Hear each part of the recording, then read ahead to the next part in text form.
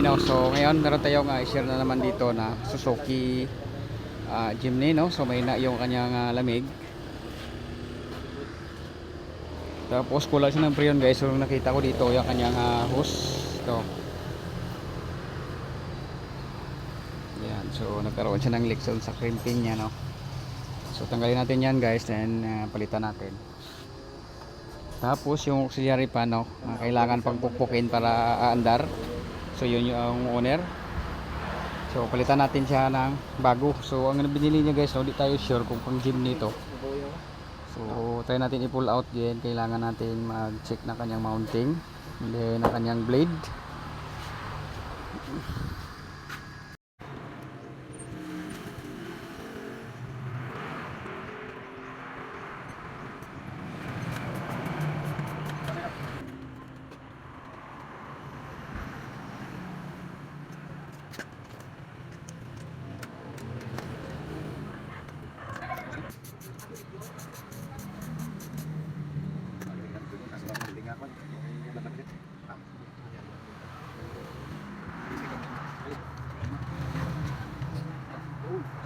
Pwede siya bubuk sa ganito kan wax to. Pwede ba? Anong bang masakan? Ano rin mga bata? Ano rin isik? Dito tayo. Okay, so ito yung pan, guys, no. So kinondim lang namin kasi magkaiba yung mounting sa compare sa stock. So kinondim lang namin. So naglagay lang kami ng spacer dito para hindi tatama yung blade sa condenser, no. Ayan. Kasi yung binili ni sir pang universal siya na medyo malaki yung motor. So ang unit ni sir yung kanyang auxiliary pan, so hindi na po ito stock. Ito po ay Sunday na replacement. So hindi na po ito sa Jimny. So bumili siya ng bagong pan. So pinaryusan lang ng auto supply na nagbinta sa kanya. So medyo nag-condemn pa tayo, guys, no. So, okay naman, good naman.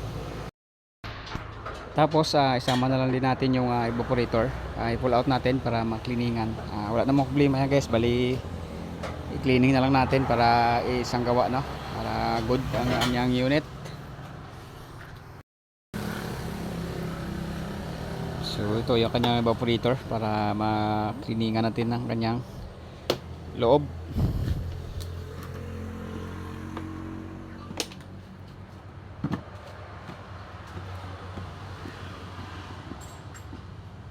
Yung Jimny, no, so wala siya kasi nga filter, guys, pero pwede siya malagyan ng cabin filter. Kaso lang yung buga ng blower hina siya ng konti kasi may filter na nakaharang doon sa kanya, ano.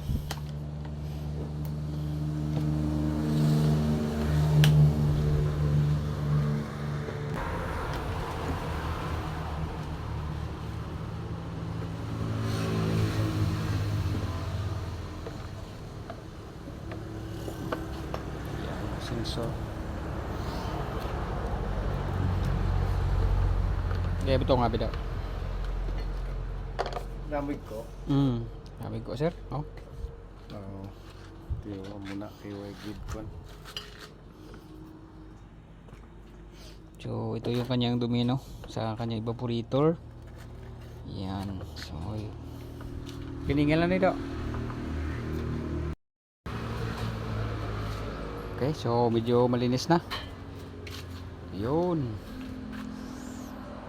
Kabila. Siya, symbol. Baik.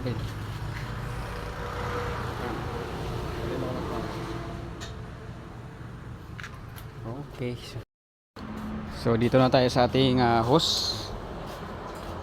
Napalitan na natin to mga last year.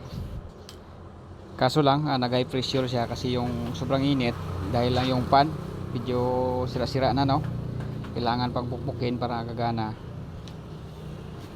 So yung group ng fitting or ang tubo ng chimney, so magkaiba siya sa mga Montero na ginagawa natin, guys, no. So yan, putulin natin.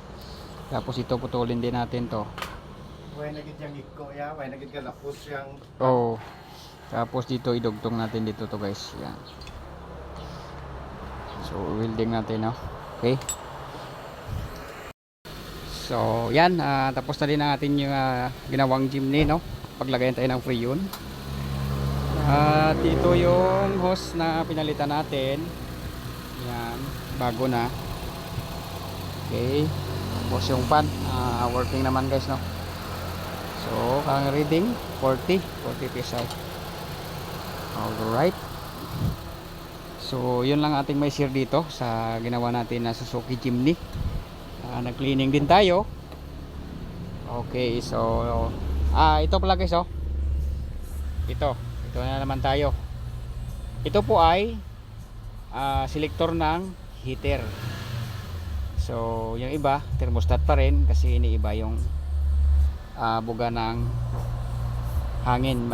Pag ginalaw mo po ito, medyo mabibitin dito yung tugnaw, yung cold niya, no. So kasi pag i-open mo to, gumagalaw yung vent, mag-mix yung hot sa cold, no. So yung ibang vlog natin, kinat off natin yung heater kasi depende sa kondisyon ng unit kung medyo luma na. Pero pag good naman, okay lang naman na stock, at least hindi ito magalaw ninyo, no. Ito, pakita ko po yung dugtungan niya ng heater. Ay, kaso ni Bulsunon? Oh, okay lang sir.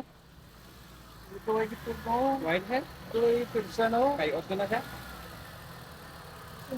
Mayo mo kayo man. Yan yung heater na hose na dalawa papunta doon sa heater assembly. So yan guys, oh.